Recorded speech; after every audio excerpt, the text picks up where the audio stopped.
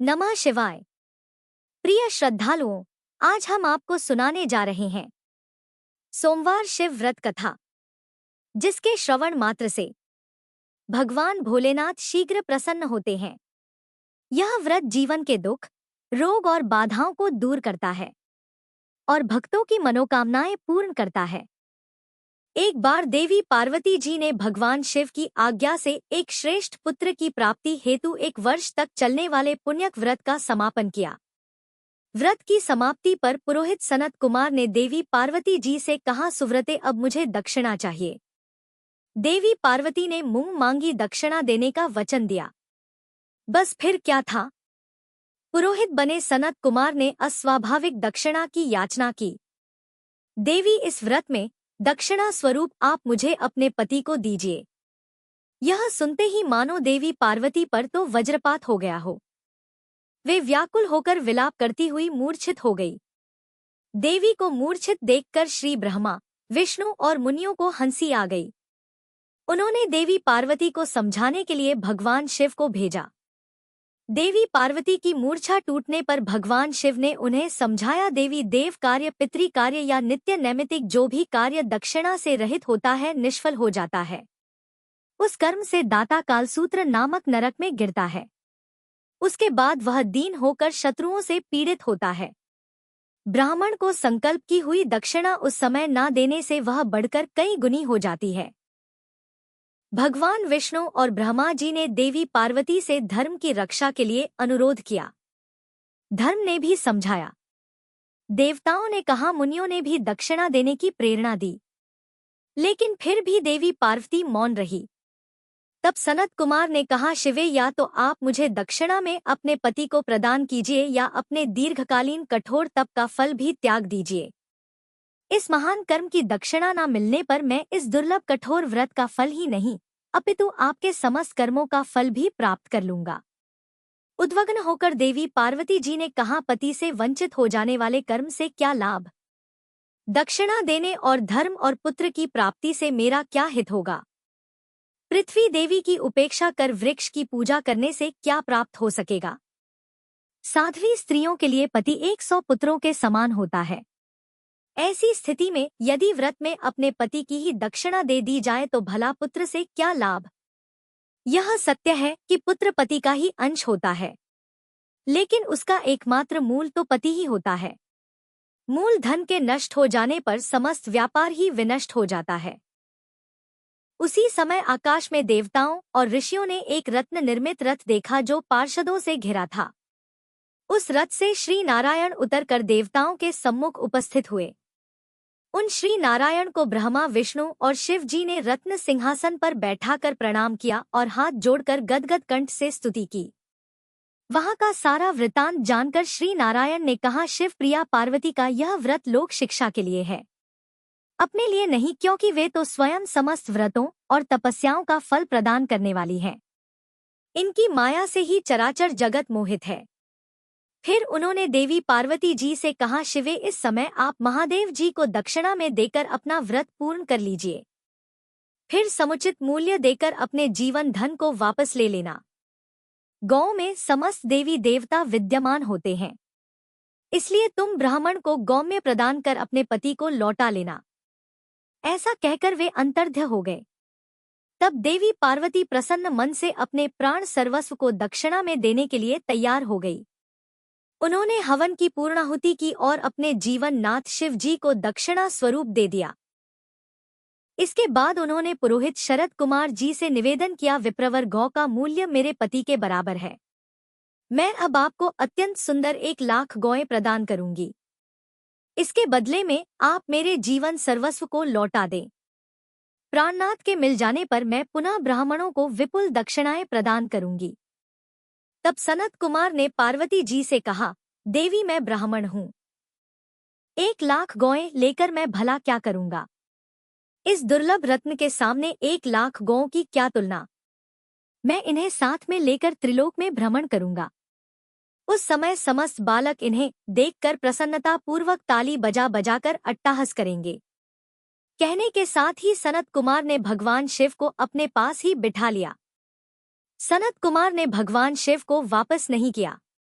यह देखकर और यह सुनकर देवी पार्वती जलहीन मछली की तरह छटपटाने लगी। उन्होंने मन ही मन सोचा, कैसा दुर्भाग्य है मेरा कि मुझे ना तो अभीष्ट देव का दर्शन ही हुआ, ना ही व्रत का फल प्राप्त हो सका। अधीर होकर अब वे अपने प्राण त्यागने के लिए तत्पर हो गई।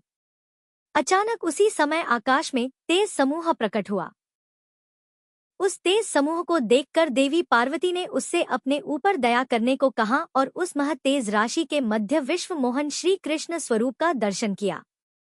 ऐसे भुवन मोहन अनूप रूप को देखकर भगवती पार्वती उसी के समान पुत्र की कामना करने लगी और उसी क्षण उन्हें वह वर भी प्राप्त हो गया। इसके बाद वह तेज वहीं तिरोहत हो गया। तब देवताओं ने ब्रह्मपुत्र सनत कुमार को समझाया। सनत कुमार ने दिगंबर शिव को उनकी प्राणेश्वरी पार्वती जी को वापस लौटा दिया। अब सुनिए सोमवार व्रत की कथा। एक बार किसी नगर में एक साहूकार था। उसके घर में धन की कोई कमी नहीं थी, लेकिन कोई संतान न होने के कारण वह बड़ा दुखी था। संतान प्राप्ति के लिए वह हर सोमवार को व्रत रखता था और पूरी श्रद्धा के साथ शिव मंदिर जाकर भगवान शिव और माता पार्वती की पूजा किया करता था। उसकी भक्ति देखकर एक दिन माँ पार्वती प्रसन्न होकर भगवान शिव से साहूकार की मनोकामना पूर्ण करने का निवेदन करती है। पार्वती जी के आग्रह पर भगवान शिव ने कहा, है देवी, इस संसार में हर प्राणी को उसके कर्मों का फल मिलता है और जिसके भाग्य में जो हो उसे भोगना ही पड़ता है। लेकिन पार्वती जी ने साहूकार की भक्ति देखकर उसकी मनोकामना पूर्ण करने की इच्छा व्यक्त की।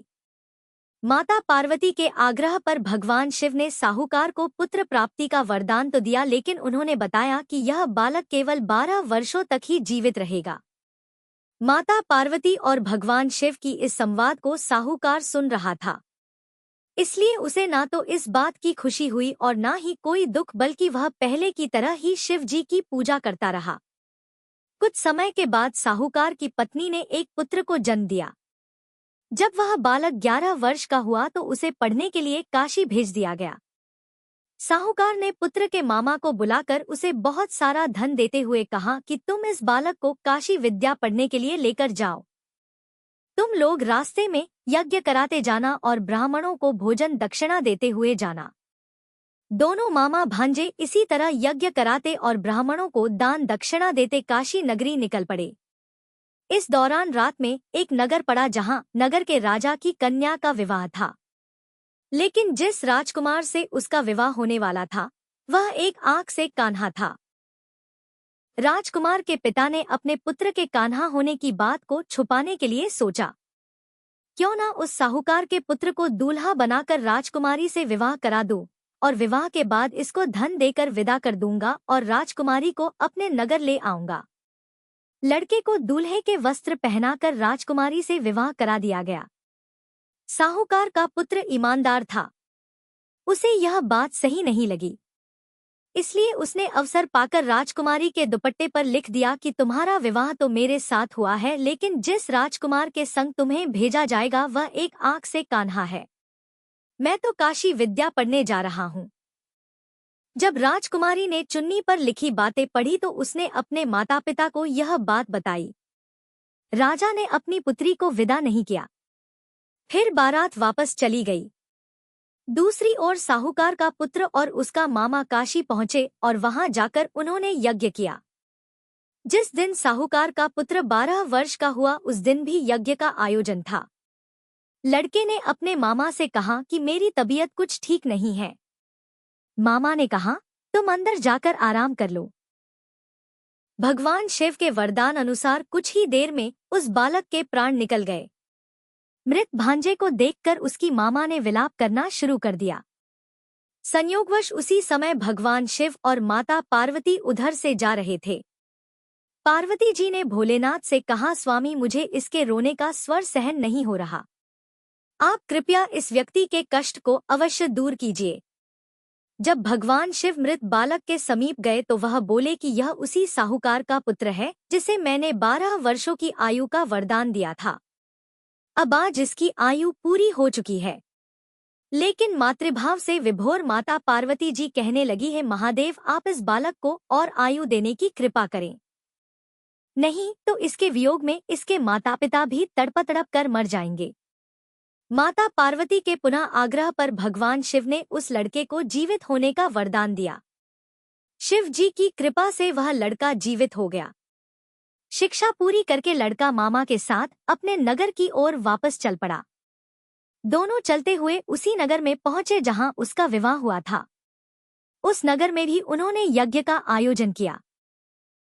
उस लड़के के ससुर ने उसे पहचान लिया और महल में ले जाकर उसकी खूब आओ भगत की और अपनी पुत्री को धूमधाम से विदा कर दिया। इधर साहूकार और उसकी पत्नी भूखे प्यासे रहकर अपने बेटे की प्रतीक्षा कर रहे थे। उन्होंने प्रण कर रखा था कि अगर उन्हें अपने बेटे की मृत्यु का समाचार मिला तो वह भी प्राण त्याग देंगे। परंतु अपने बेटे के जीवित होने का समाचार पाकर वे बेहद प्रसन्न हुए। उसी रात भगवान शिव ने साहूकार के स्वप्न में आकर कहा, हे श्रेष्ठी, मैंने तेरे सोमवार के व्रत करने और व्रत कथा सुनने से प्रसन्न होकर तेरे पुत्र को लंबी आयु प्रदान की है। इसी प्रकार प्रिय भक्तों, इस पावन सोमवार व्रत कथा के श्रवण का पुण्य फल आपके जीवन में भी सुख, शांति और समृद्धि का संचार करें। भोलेनाथ की कृपा से आप सभी के सारे दुख दूर हो, मनोकामनाएं पूर्ण हो और हर कदम पर शिव जी का आशीर्वाद सदैव साथ बना रहे। याद रखिए, शिव कथा का श्रवण मात्र से कल्याण संभव है और आज आपने यह सौभाग्य पा लिया है। यह थी सोमवार शिव व्रत की पावन कथा। इस कथा को सुनने और व्रत रखने से भगवान शिव की विशेष कृपा प्राप्त होती है।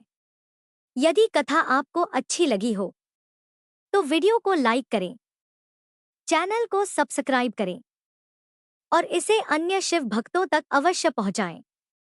नमः शिवाय।